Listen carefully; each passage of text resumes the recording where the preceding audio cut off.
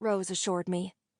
As long as you act as different as you look, no one will question a thing. I used to struggle with the correct meaning of the word irony.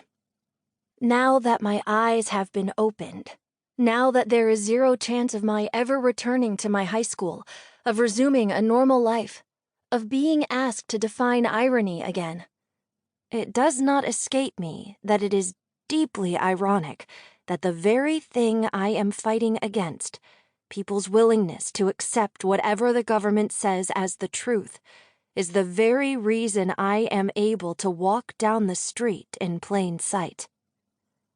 Rose is right, I tell myself, because words like verify were removed from our language. People simply believe what they are told. No one will question that I am who my new identification claims me to be.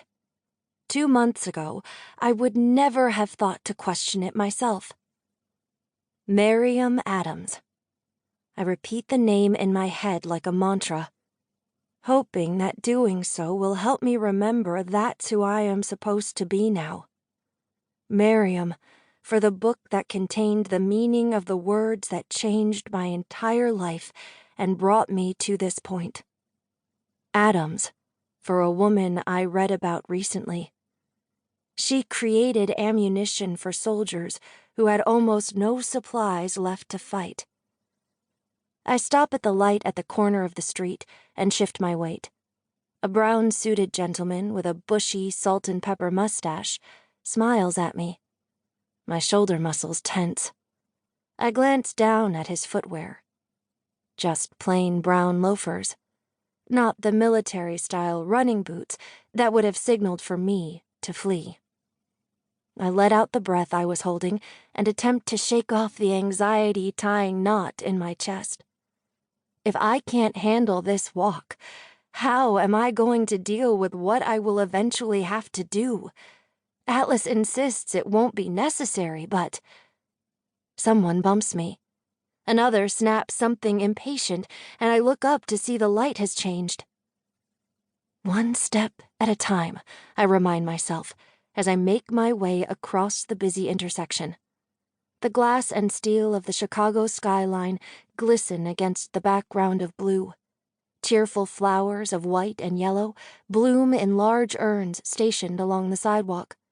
Impatient car horns blare nearby, drowning out the public screens reporting news about a car that drove off Lakeshore Drive and had to be pulled out of the water.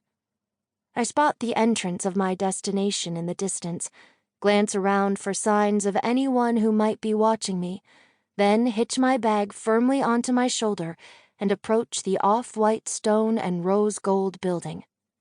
The word, gloss, shines in gold letters above the door, but it is the small, colorful image painted on the glass of the entrance that causes me to hold my breath.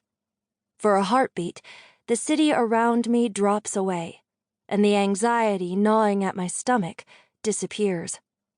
All I can see is the design in front of me. Black curved lines fan outward from a center point, creating the image of partially opened pages of a book or magazine. Coming from the center of the pages are licks of brilliant yellow, fluorescent pink, electric blue, and bright orange. I trace the painted lines of the wide V created by the open book with trembling fingers. Just weeks ago, this image lived only on my tablet, created from the desperate desire to keep fighting when everyone said it was time to retreat. I only had a hint of what that fight would look like then, only a glimpse of what I, or others, might have to do. The inspiration behind the design was the tattoo worn by the Stewards. They were the ones who taught me the word, verify, and the truth behind what that word revealed.